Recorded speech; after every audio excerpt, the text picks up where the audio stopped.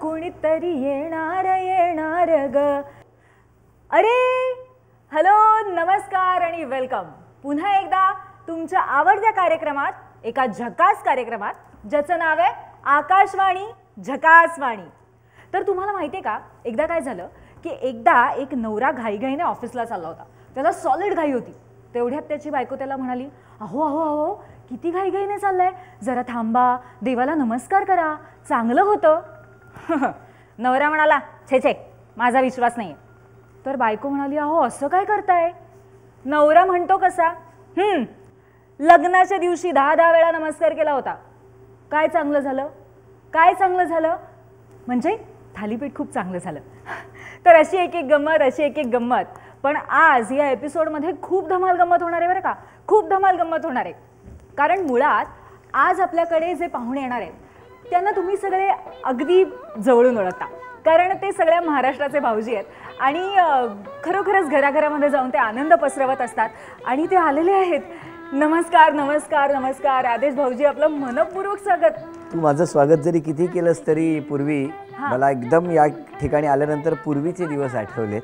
आणि आत्ता या ठिकाणी मला तुला उखाणा घ्यायला सांगायचं आहे आणि तो उखाणा घेतल्याशिवाय मी कार्यक्रमात गप्पाच मारणार नाही. पहिला सॉलिड.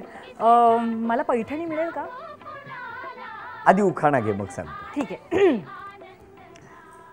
पैठणीच्या हौशीनं विसरले मी भान. पैठणीच्या हौशीनं विसरले मी भान, आईला सांगायला लागणार एक नवराण. ओ हो काय केलं तुम्ही, माझं लग्न नाही झालेलं. पण पूर्वी मी तुला सांगतो, तू आता काळजी करू नकोस, कारण मी महाराष्ट्रातल्या विविध घरांमध्ये जात असतो आणि तिथून मीच तुझ्यासाठी नवरा घेऊन येतो. चालेल? हा एपिसोड आईने नाही पाहिला तरच बरं होईल. पण काळजी करू नकोस, मी आहे ना. धन्यवाद. Yes yes yes, so super duper welcome. खरं तर हे तुमचं होम पिच आहे, त्याच्यामुळे मी तुमचं स्वागत करणं वगैरे ह्या सगळ्या गोष्टी तुमच्या दृष्टीने दूरच्या आहेत, कारण इथे तुम्ही कंट्रोलमध्ये असता.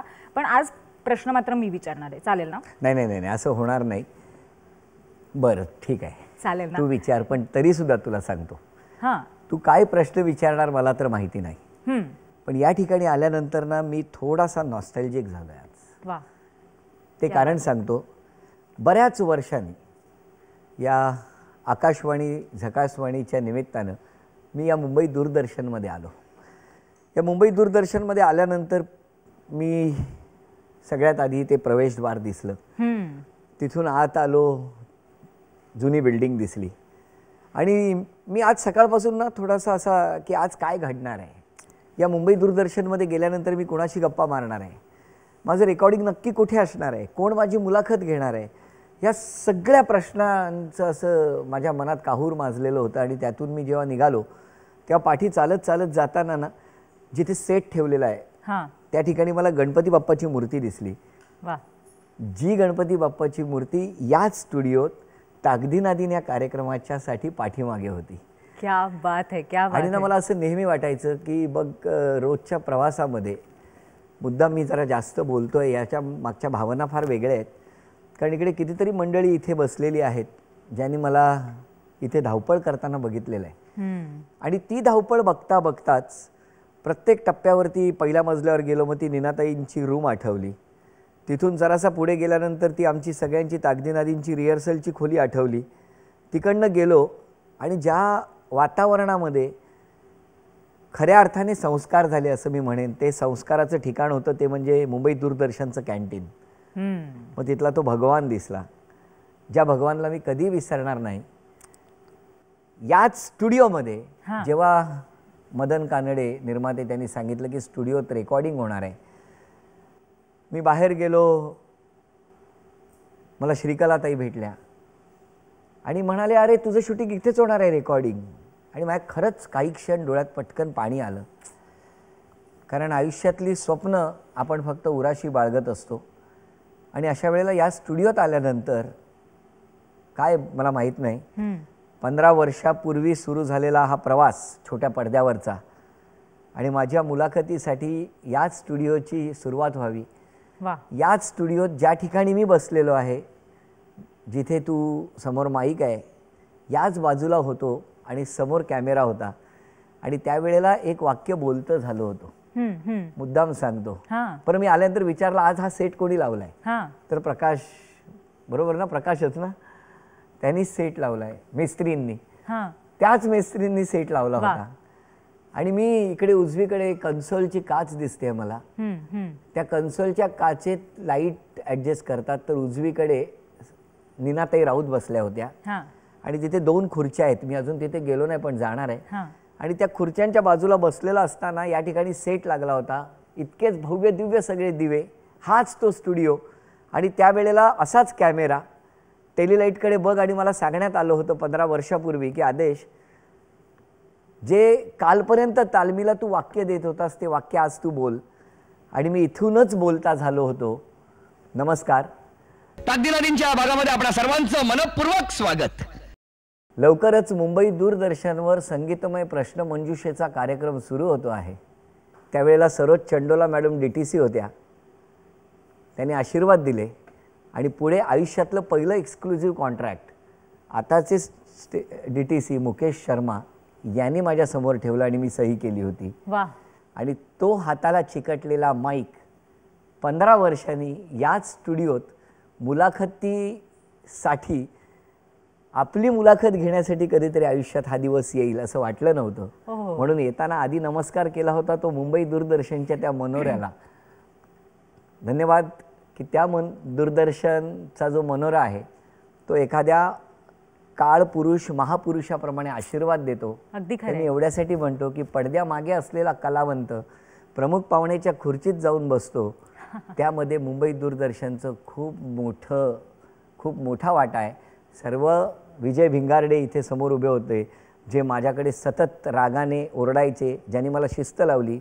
आज दुर्दैवाने तो दाढी नाही, आम्ही त्याला दाढी म्हणायचो, पण त्याचं शर्ट घालून कितीतरी एपिसोड या आदेशने इथे केलेले आहेत. आणि त्याचा साक्षीदार समोर बसलेला सागवेकर आहे, ज्यांनी फोटो काढलेले आहेत. या सगळ्या आठवणीने मी आज नॉस्टॅल्जिक झालोय. त्यामुळे या आकाशवाणी झकासवाणीमध्ये मला कृष्ण धवल पडद्यावरून सुरू झालेला प्रवास रंगीत पडद्यावरती जात असताना आकाशवाणीच्या आठवणींमध्ये घेऊन गेला. त्याबद्दल मनापासून धन्यवाद.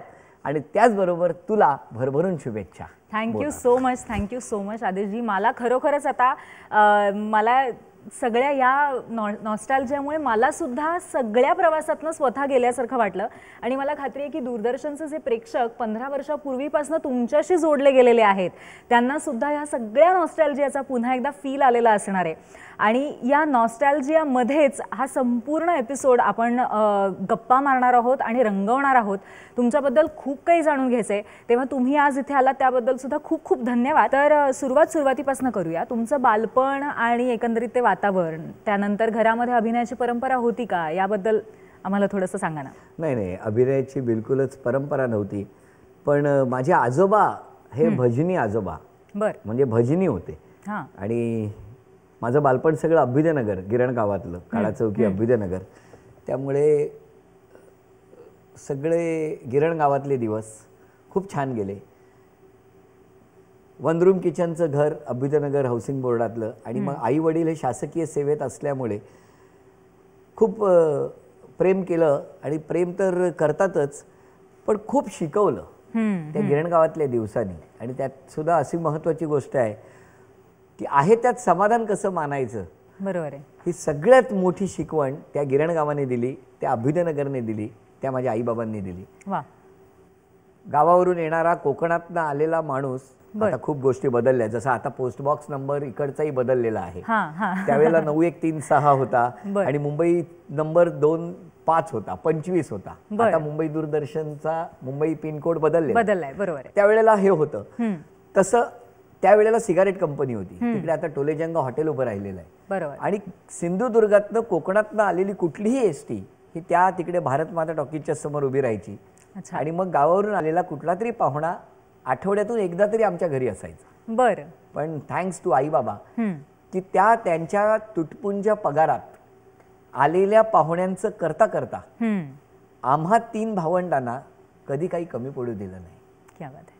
आणि बालपण खूप मजेत गेलं. त्या मजल्यावरती 9 खोल्या होत्या. आई तर माझी नर्स असल्यामुळे सेवेत, शासकीय सेवेत होती, नंतर मुंबई महानगरपालिकेत होती. आणि परिचारिका असल्यामुळे ती सकाळी 7, 6:30, 7लाच निघून जायची आणि संध्याकाळी यायची. पप्पा रात्री 6:30, 7 नंतर यायचे. पण त्या अभ्युदयनगरच्या बिल्डिंग नंबर 5 मधल्या पहिल्या मजल्यावरच्या 9 घरातल्या त्या 9 मावशी आणि 90 घरातल्या सगळ्या घरातल्या प्रत्येक माता त्यांनी आमच्यावरती कायम लक्ष ठेवलं. आणि ते संस्कार आहेत. म्हणून मी म्हणतो की प्रत्येक मुलाला आईने केलेले संस्कार लक्षात राहतातच. पण त्याचबरोबर मी खूप भाग्यवान आहे की मजल्यावरच्या 9 मावशींचे संस्कार आहेत आणि संपूर्ण अभ्युदयनगरने मला दिलेले आशीर्वाद आहेत.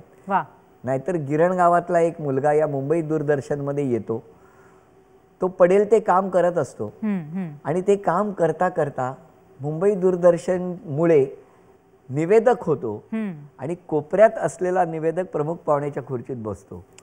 हे काय मला माहीत नाही आणि ते घडलं आणि ते माझ्या बाबतीत घडलं. मी खूप भाग्यवान आहे खरोखरच. आणि मला वाटतं की तो जो एक घरोबा असतो लहानपणी जो तुम्ही अनुभवलेला आहे तो पुढे जाऊन जेव्हा तुम्ही सगळ्या महाराष्ट्राचे भाऊजी झालात तेव्हा सुद्धा ते घरोब्याचं वातावरण पुन्हा एकदा त्या कार्यक्रमात निर्माण करताना एक वेगळी गंमत आली असेल. आणि मला कमलेश कडून बोलावणं आलं.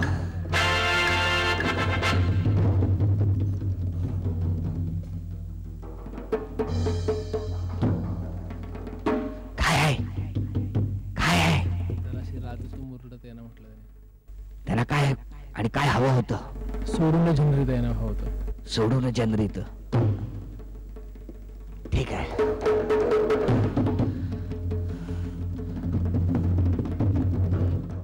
मग लहानपणानंतर मला वाटतं खऱ्या अर्थाने अभिनयाची ओळख किंवा अभिनयाची सुरुवात ही कॉलेजमध्ये कुठेतरी झाली का? कॉलेजमध्ये झालीच, पण अभिनय तसा मी लहानपणापासून करत होतो. म्हणजे साधारणतः मी खेळायला खाली जायचो आणि 7 वाजता ये असं आई सांगायची आणि मग मी साधारणतः 8:30, 9 वाजता यायचो.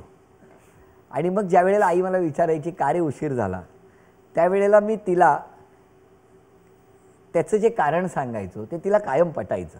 अच्छा. मला असं वाटतं की तिथे खऱ्या अर्थाने माझ्या अभिनयाची मुहूर्तमेढ झाली होती की तिला ते इतकं पटायचं की अरे हो बरोबर आदेश तिने तेच केलं असेल. पण त्यानंतर अभ्युदयनगरमध्येच महाराष्ट्र कामगार कल्याण मंडळाच्या बालनाट्य स्पर्धा व्हायच्या. अच्छा. त्या बालनाट्य स्पर्धांमध्ये काम करता करता खऱ्या अर्थानं अभिनयाची सुरुवात झाली. पण रुपारेल महाविद्यालयामध्ये ते जे म्हणजे ती जी आवड होती त्याला थोडंसं एक व्यापक स्वरूप मिळालं, मोठ्या प्रमाणात स्वरूप मिळालं आणि मग थोड्या मोठ्या एकांकिका बसवायला लागलो आणि मग तिथून रुपारेलचा खूप मोठा वाटा आहे. आणि त्यावेळेच्या एकांकिकांबद्दल आम्हाला थोडंसं सांगा, कारण बऱ्याच गाजलेल्या एकांकिका सुद्धा होत्या किंवा एकंदरीत रुपारेल कॉलेजमध्ये एक नाटकाचा मोठा ग्रुप सुद्धा होता. हो, तर खरंच आहे. म्हणजे तो आमचा ग्रुप सुद्धा, म्हणजे जसं आज मला सांगताना आनंद वाटतो की मुंबई दूरदर्शनच्या ताकदीनादींमुळे आदेश बांदेकर स्क्रीनवरती असल्यामुळे दिसला, त्याला तर प्रसिद्धी मिळालीच, पण मुंबई दूरदर्शनच्या त्या ताकदीनादींचे आज तेव्हाचे सगळे वादक कलाकार अगदी हे संगीत क्षेत्रातल्या खूप आघाडीचं काम करतायत. मग कमलेश भडकमकर आहे, आमचा निलेश आहे, अजित परब आहे, अंजली नांदगावकर आहे, ऋषिकेश कामेरकर आहे किंवा मंदार गोगटे आहे. ही सगळी आमची जी टीम होती ना, एखादा कोणीतरी कधी कधी यशस्वी होतो म्हणतात, पण पडद्यामागे असणारे संगीत क्षेत्रातली ही मुलं सुद्धा एका वेळेला सगळी आज बघितलं तर संगीताच्या क्षेत्रात खूप उत्तम काम करतायत. अगदी खरंय. आणि तसंच आहे, म्हणजे दूरदर्शन बाहेरचं व्यावसायिक क्षेत्र याच्यात काम करत असताना रुपारेलमध्ये खूप एकांकिका करायला मिळाल्या. ज्या रुपारेलच्या एकांकिका करता करता मी मुंबई विद्यापीठात गेलो आणि मुंबई विद्यापीठाचा कल्चरल कोऑर्डिनेटर झालो. मी तेव्हाचे विद्यार्थी कल्याण विभागाचे संचालक प्रोफेसर विनायक दळवी हां यांनी माझ्यातलं टॅलेंट हेरलं आणि मला हे काम करायला लागलं. आणि मग ते काम करायला लागल्यामुळे मग एक एकांकिका केली होती पंछी नावाची. जी एकांकिका मी करत असताना कौशल इनामदार त्याला म्युझिक करत होता, कमलेश त्याला वाजवत होता. बरं. आणि मग ती एकांकिका राष्ट्रीय स्तरावरती जिंकली. क्या बात आहे. आणि मग अरे एकांकिकेत सुद्धा इतकी ताकद आहे. म्हणजे एका एकांकिकेमुळे मुंबई विद्यापीठातल्या एका विद्यार्थ्याचं नाव हे भारतातल्या विद्यापीठांमध्ये पोहोचण्यात खूप मोठा वाटा होता. तेव्हा कुलगुरू डॉक्टर स्नेहलता देशमुख होत्या. आणि मग त्याही वेळेला त्या एकांकिकांनी व्यावसायिक क्षेत्रात जाण्यासाठी आम्हाला एक बेस तयार केला. अगदी खरं. खूप मोठा ग्रुप होता आणि रुपारेलमध्ये खूप काम केलं. हो आणि सगळेच मला वाटतं आता व्यावसायिक संगीत असू देत किंवा नाटक असू देत सगळ्याच पातळीवरती प्रचंड यशस्वी आहेत. ही फारच महत्त्वाची गोष्ट आहे. आणि त्याचबरोबर युनिव्हर्सिटी म्हणजे मुंबई युनिव्हर्सिटीचे कल्चरल कोऑर्डिनेटर म्हणून तुम्ही असताना 6 वर्ष सलग तुम्ही मुंबई युनिव्हर्सिटीकडे चषक खेचून आणलेला होता. ही सुद्धा एक अतिशय महत्त्वाची गोष्ट तुमच्या कारकिर्दीतली आहेच.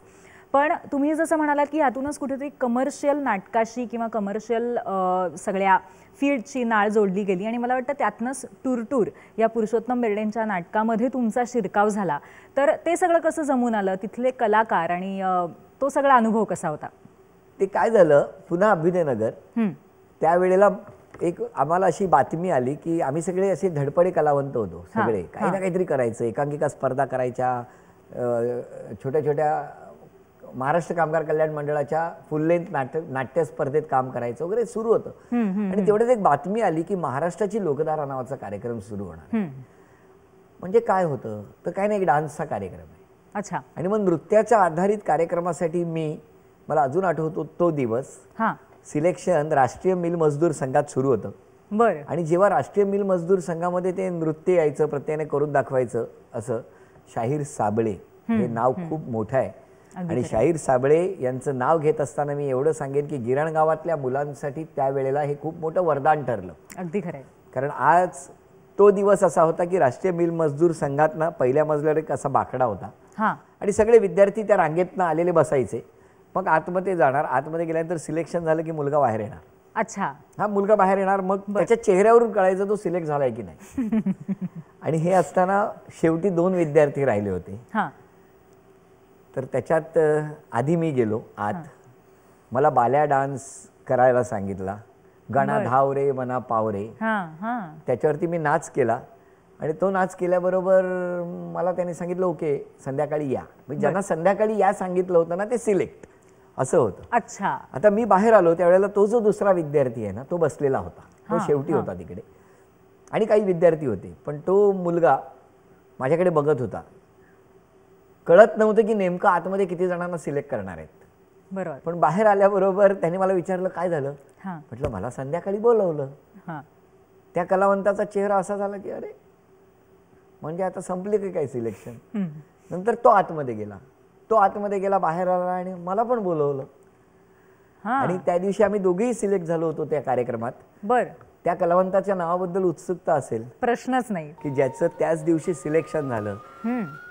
आणि त्या दोघांच्या बाबतीत बऱ्याच गोष्टी आमच्या बाबतीत 2 कलावंतांच्या बाबतीत खूपच सारख्या घडत गेल्या पुढे भविष्यात. आता फारच उत्सुकता वाढली माझी. वाढली की नाही? फारच. कारण बघितलं हीच तर गंमत असते की कार्यक्रम सुरू होताना ती माझी मुलाखत घेत होती आणि बघता बघता तीही गाणं ऐकायला लागलेली आहे. पूर्वी हीच गंमत होती. कारण आज या ठिकाणी मला पूर्वीचे दिवस आठवले आणि त्या कलावंताचं नाव सांगताना मला खूप आनंद होतो. कारण आजचा आघाडीचा नायक ज्याचं माझ्याबरोबर सिलेक्शन झालं त्याचं नाव सांगण्यापूर्वी मी काय म्हणतो ते नाव आपण नंतरच सांगूया ना. मी अँकर आहे. हो, पण तरी सुद्धा मला तुला सांगायचंय की त्या कार्यक्रमात गायक मंगेश दत्त होते. बरं. तुम्ही सगळ्यांनी कार्यक्रम बघत राहा, कारण मी तुम्हाला खात्रीनं सांगतो की तो कलावंत कोण याचं नाव तुम्हाला नक्की सांगणार आणि तुम्हालाही सगळ्यांना आनंद होईल. कारण त्याही कलावंतांना भरभरून आनंद दिलेला आहे तुम्हाला. पण तो कोण होता हे मी सांगणार, पण त्याआधी मला तुला सांगायचंय की मी पुढे कसा गेलो. चालेल. मंगेश दत्त हे त्यावेळेला म्हणजे शाहीर साबळे यांचे जावई हां. हे होते आणि ते गायक होते हं. आणि विलास मोहिते हे बासरीवादक होते. बरं. ह्या दोघांनी मला सांगितलं त्यावेळेला म्हणजे साधारणतः एक 50 कार्यक्रम झाले असतील महाराष्ट्राची लोकधाराला. मुंबई नाटकाच्या नावाच्या नाटकाची ऑडिशन सुरू आहे बरोबर. आणि त्या नाटकाच्या पहिल्या तालमीच्या दिवशी सुद्धा माझी ऑडिशन बघून मला त्या नाटकातून बाजूला काढण्यात आलं. अच्छा. बरं. हां, म्हणजे तुला हेही सांगतो की याच मुंबई दूरदर्शनच्या स्टुडिओतलं ते पहिलं वाक्य जे मगाशी मी अत्यंत कॉन्फिडंटली बोललो हां. ते बोलण्यापूर्वी सुद्धा जेव्हा फ्लोअर मॅनेजरनी ॲक्शन सांगितलं हां. आणि कॅमेरे पेटलेले होते आणि मी रोज ते वाक्य बोलणारा पहिल्यांदा ब्लँकच झालो होतो. हो. तसेच माझं तिकडे झालं. मुंबई नाटकाच्या पहिल्या दिवशी मला बाजूला ठेवण्यात आलं कारण मी 2 वाक्यही नीट बोलू शकत नव्हतो. म्हणजे आयुष्यात पहिल्यांदा ब्लँक होणं हे भविष्यात खूप प्रकाशमान करणारं असतं असं मला आज म्हणावंसं वाटतं. क्या बात आहे. त्याच मुंबई नाटकात मी आलो आणि मग पुढे पडेल तो रोल करायला लागलो होतो कारण ती भीड चेपली होती. आणि मग तिथून पुरुषोत्तम बेर्डेंच्या टूर मग बिघडले स्वर्गाचे दार, मग अशोक हंडेंनी मंगलगाणी दंगलगाणी हा कार्यक्रम काढला आणि लोकधारातून सुरू झालेला व्यावसायिक प्रवास हळूहळू अशा पद्धतीने येऊन पोहोचला. आता सुद्धा तुमच्याशी बोलत असताना मला माझ्या भविष्यातल्या वाटेत, कारण आता आम्ही मल्टी कॅमेरासमोर काम करत असतो, पण ती शिकवणसुद्धा इथेच मिळाली. आत्ता हा इकडचा उजवीकडचा 3 नंबरचा कॅमेरा सुरू आहे आणि मी यातून बोलतो. हे मुद्दाम सांगतो का, खूप ओरडा खाल्ला आहे कारण लूक देताना जो टेलिलाईट पेटेल तिकडे बघून बोला असं तेव्हा आम्हाला सांगितलेलं होतं. आणि म्हणूनच कधी हा जेव्हा कॅमेऱ्यावरती बोलत असतो किंवा हा कॅमेरा कट होऊन जेव्हा दुसरीकडे जातो तेव्हा नकळत लूक शिफ्ट होतो, पण लक्ष कायम राहिलं ते या गोष्टीमुळे, या संस्कारांमुळे, या शिकवणीमुळे. विचार. हां. आता खरं तर काय म्हणजे आता मी काय विचारू हेच मला कळेनासं झालेलं आहे. कारण पूर्वी स्टुडिओत यायची तेव्हा ती खूप लहान होती. ताकदी नदींच्या कार्यक्रमाला आठवतं तुला? हो. या ठिकाणी तू आली होतीस, आई तुला घेऊन आली होती. हो. येस. अगदी लहान होतीस अगदी. आणि तुला खूप उत्सुकता होती या सगळ्या वातावरणाची. येस. की हे कसं बोलतात, हे कसं नाही, करतात. हा सुद्धा एक मोठा कोइन्सिडन्स आहे किंवा काहीतरी कनेक्शन आहे आपलं एक वेगळं की आज मी चक्क इथे अँकरच्या खुर्चीत बसली आहे. सो ते पण एक गमतीशीर घटना आहेच. पण अजून आता मला कळत नाही की मी आता नाव जाणून घेऊ का तुमच्याबद्दल आणखीन जाणून घेऊ. नाही, नाव तर मी सांगणारच. हां. मग ते सांगितल्याशिवाय मी पुढे जाणार नाही. खरंय. मग आपण एरवी गप्पांमध्ये पुढे जाऊया सध्या. मी आता काम करतो. चला, अधिक वेळ न दवडता त्या कलावंताचं नाव सांगतो. त्या कलावंताचं नाव आहे भरत जाधव. वाह, क्या बात है, क्या बात है. जबरदस्त. आम्ही दोघे एका दिवशी त्या लोकधारामध्ये गेलो आणि पुढे नंतर ज्या वेळेला आम्हाला दोघांनाही घराची फार गरज होती तेव्हा घर सुद्धा आम्हाला दोघांना एकाच दिवशी मिळालं. क्या बात है. अच्छा, म्हणजे इतका घट्ट तुमचं कनेक्शन एकाच बिल्डिंग मध्ये मिळालं. क्या बात है, क्या बात आणि है. एकाच विंग मध्ये मिळालं. हो. हे फारच म्हणजे सुप्रीम कनेक्शन आहे असं म्हणायला पाहिजे. आणि ती ऑर्डर घ्यायला सुद्धा मी याच स्टुडिओतनं गेलो होतो. वाह. म्हणजे खरोखरच म्हणजे कशा गोष्टी एकमेकांशी जुळलेल्या असतात हे आपल्याला आज अगदी उलगडताना दिसतंय. पण या मैत्रीबद्दल पण आपण आणखीन जाणून घेऊच यात. पण आता प्रवासामधला पुढचा टप्पा होता मंथन हा कार्यक्रम. हा सुद्धा एक अतिशय महत्त्वाचा टप्पा होता आणि मंथन या कार्यक्रमाचं सगळं कॉन्सेप्च्युअलायझेशन आणि त्याचबरोबर अँकरिंग या सगळ्याबद्दल आम्हाला थोडंसं सांगा. काय आहे, या क्षेत्रात काम करत असताना आपल्याला काहीतरी करायचं असतं आणि ते करायचं असतं ना तेव्हा म्हणजे आपण असं म्हणतो की प्रवाहाविरुद्ध पोहत असताना अनेक हात तुम्हाला दूर ढकलणारे पुढे सरसावतात. खरंय. पण त्यावेळेला काही हात हे आश्वासक पाठीवर पडतात. ते खूप धीराचे असतात, खूप आनंद देणारे असतात. माझ्या बाबतीत या क्षेत्रात उत्तम काम सुरू असताना असाच प्रवाहाविरुद्ध ढकलणारे काही हात पुढे सरसावले आणि मी ठरवलं की नको, नोकरी करूया. कारण मुंबई महानगरपालिकेत मी केस पेपर द्यायचं काम असतं की नाही ते करायला नोकरीला लागलो होतो. अच्छा. आणि भाभा हॉस्पिटल बांद्रा तिथे नोकरी करत होतो. त्याच वेळेला ताकदीनाथ दिन हा कार्यक्रमासाठी इथे येत होतो. बरं. त्याच वेळेला मुंबई विद्यापीठात मी सांस्कृतिक समन्वयक म्हणून काम करत होतो. सकाळी 6 वाजता भाभा रुग्णालयात पार्ट टाईम म्हणून नोकरी करणं, तिथून निघालं की धावत धावत धावत धावत इथली मीटिंग असायची सगळ्यांची सकाळी 10:30ची वगैरे तेव्हा असायची, 10-10:30ची. ती संपली की 11-11:15 इथे पोचायचो. ती दूरदर्शनची कामं संपली की मी साधारण 3:30-4 नंतर मुंबई विद्यापीठात जायचो. बरं. तिथे काम करून परत रात्री 8-8:30ला जमलं तर दूरदर्शनमध्ये यायचो. अरे बापरे. कारण ध्वनिफिती मागवल्या होत्या. त्या आलेल्या ध्वनिफिती नावं लिहून ठेवणं हे सुद्धा काम होतं. बरोबर आहे. त्यामुळे ते करत असताना या सगळ्या प्रवासामध्ये अचानक एक असा पॅच आला की आता आपण काही करायचं नाही. आणि म्हटलं नको आता नोकरी करूया, छान राहूया. तर माझा एक मित्र अजित गायकवाड, काय असणार त्यावेळेला त्याच्या गाठीशी, तो असा घरी आला आणि मला म्हणाला, आदेश तुझ्याकडे ना या क्षेत्रात तू काम केलं पाहिजेस. आणि मी त्याला म्हटलं नको रे, मी महानगरपालिकेत नोकरीला लागलो आहे. मुंबई दूरदर्शनमध्ये मी जाऊन ते कॉन्ट्रॅक्ट्स, रिक्वेशन, सगळे शब्द पाठ आहेत ते करतोय. मी आनंदी आहे, मला काही नको आता, बस झालं. त्या शिवाजी फुलसुंदरांचा डबा यायचा, मीनाताईंचा डबा यायचा, तो दुपारी एकत्र करून तो आनंद घ्यायचा. ते बरं चाललंय आपलं, आपल्याला काय नको. असं सुरू असतानाच ना तो माझ्याकडे आला आणि मला बोलला, नाही नाही नाही नाही, तुझ्याकडे टॅलेंट आहे, तू काहीतरी केलं पाहिजे. तर मी त्याला घालवण्यासाठी म्हटलं तेव्हा 2 लाख रुपये घेऊन ये. 2 लाख रुपये आणलेस तर तसा आपल्याला कार्यक्रम करता येईल. बरं. आणि तो माझा मित्र अजित गायकवाड दुसऱ्या दिवशी संध्याकाळी एक पिशवी घेऊन आला आणि ती अशी पुढ्यात ठेवली. म्हटलं काय आहे? मला बोलला तू शब्द दिला होतास की तू पैसे घेऊन मी काम करतो म्हणून. ते हे 2 लाख रुपये आणलेले. बरं. मला नेहमी आजही असं वाटतं की अजितने तेव्हा काय गहाण टाकलं असेल. अगदी खरं आहे की त्यावेळेला एका मुलाला उभं करण्यासाठी त्या माझ्या मित्राने पटकन पैसे पुढे केले. मी ते पैसे घेतले आणि म्हटलं नाही नाही, हे पैसे वाया नाही घालवू देत. त्याला म्हटलं हे तुझ्याकडे ठेव, याच्यात आपण असं काहीतरी योग्य करू ना की ज्याच्यातून तुझं काहीतरी छान उभं राहील आणि माझी क्रिएटिव्ह भूक भागेल.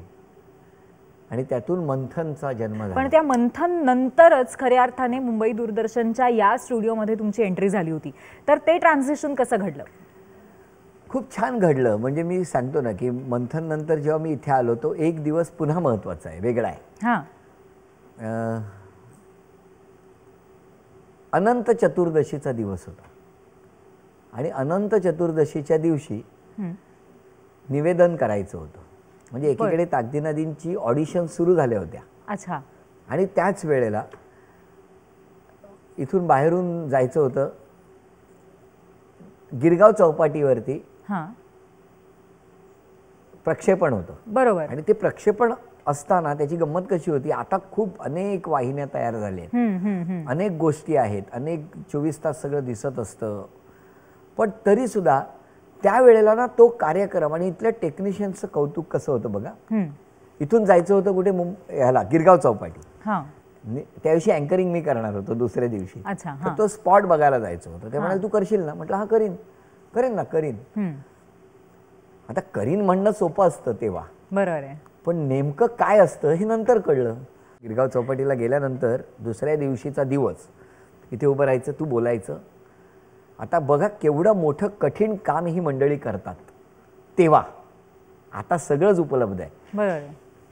गिरगाव चौपाटीत एक पेंडॉल, त्या पेंडॉलवरती सगळे येणारे डिग्निटरीज, सगळे प्रमुख पाहुणे, त्याच्यात एकीकडे अँकरची जागा, मध्ये मोठमोठ्या गणपतीच्या मूर्तींच्या मिरवणुका जाणार, पलीकडच्या बाजूला एका ट्रकवर किंवा टेम्पोवर तेव्हा एक पेंडॉल, त्या पेंडॉलवरती असलेला कॅमेरा.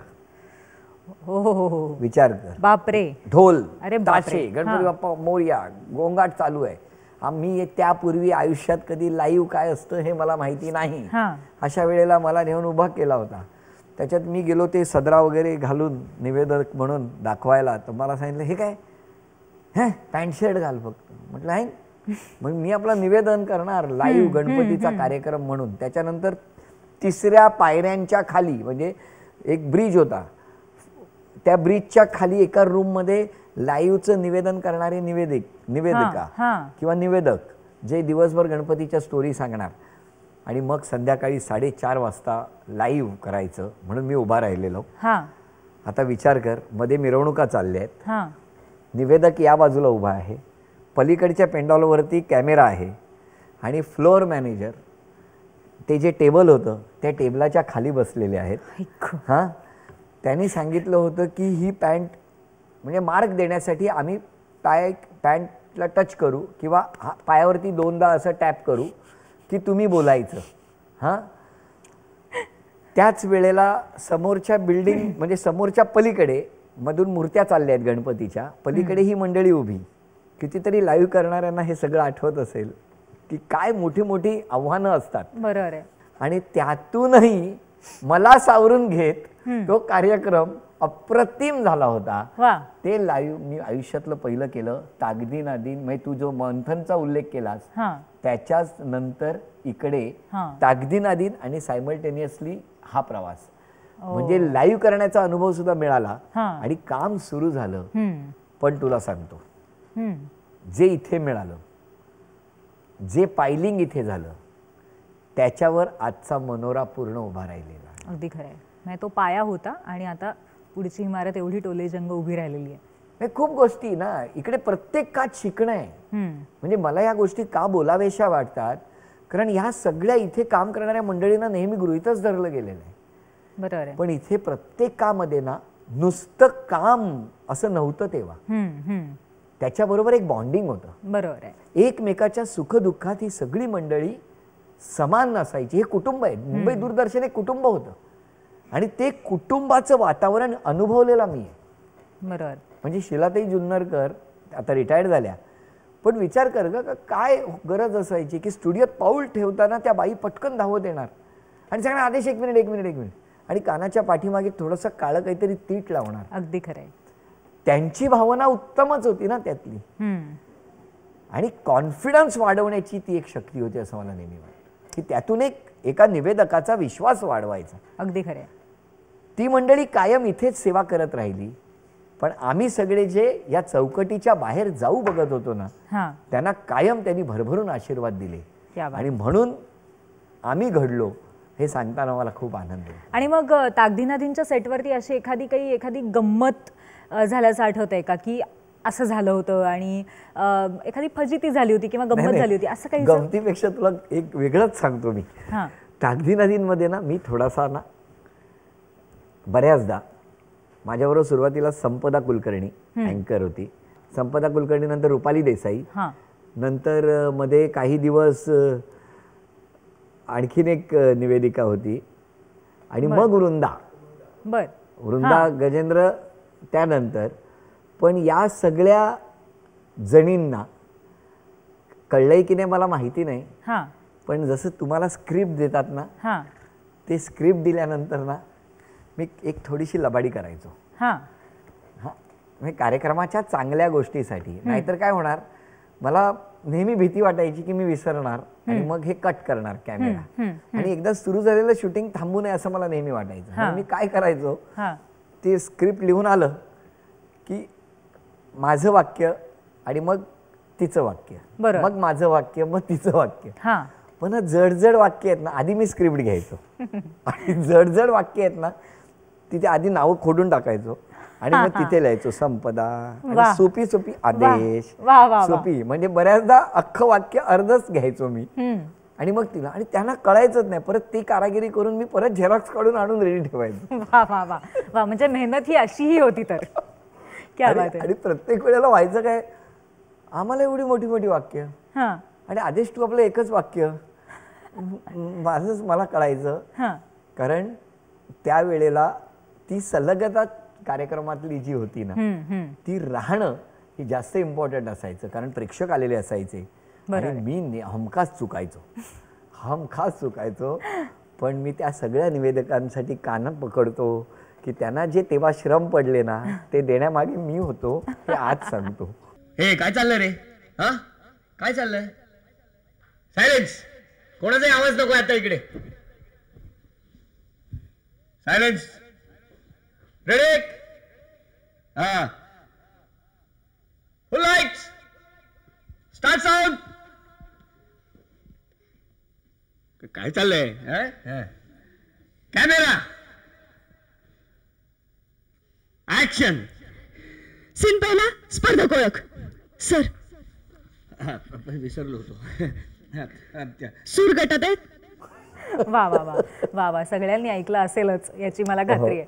बरं, मग नंतर ताकदीनाधीनच्या नंतरच्या काळामध्ये नक्की कशा पद्धतीने प्रवास सुरू होता? नाटक, सिनेमे का निवेदनाकडे जास्त कल होता? हां, कारण कसं झालं, पडेल ते काम करायचं आणि आलेलं काम 100% पूर्ण करायचं, त्याला 100% न्याय द्यायचा आणि उत्तम काम करत राहायचं, हसत राहायचं, आनंद देत राहायचा आणि तो आनंद देत देत पुढे जे जे काम आलं ते काम मी करू शकलो, करत गेलो, आलेलं प्रत्येक आव्हान स्वीकारत गेलो, कामाला देव मानलं आणि स्पर्धा केली ती माझ्याच कालच्या दिवसाशी केली. क्या बात आहे. म्हणून हा प्रवास अधिक सुखकर झालेला आहे असं मला वाटतं, सुकर झालेला आहे. भरपूर काही जाणून घेण्यासारखं आहे आणि मला तर खात्री आहे की यातनं खूप काय काय नवनवीन गोष्टी आपल्याला ऐकायला मिळतील. आदेश बांदेकर या व्यक्तिमत्वाबद्दल बऱ्याच माहिती नसलेल्या गोष्टी सुद्धा इकडे उलगडणार आहे. पाहत रहा आकाशवाणी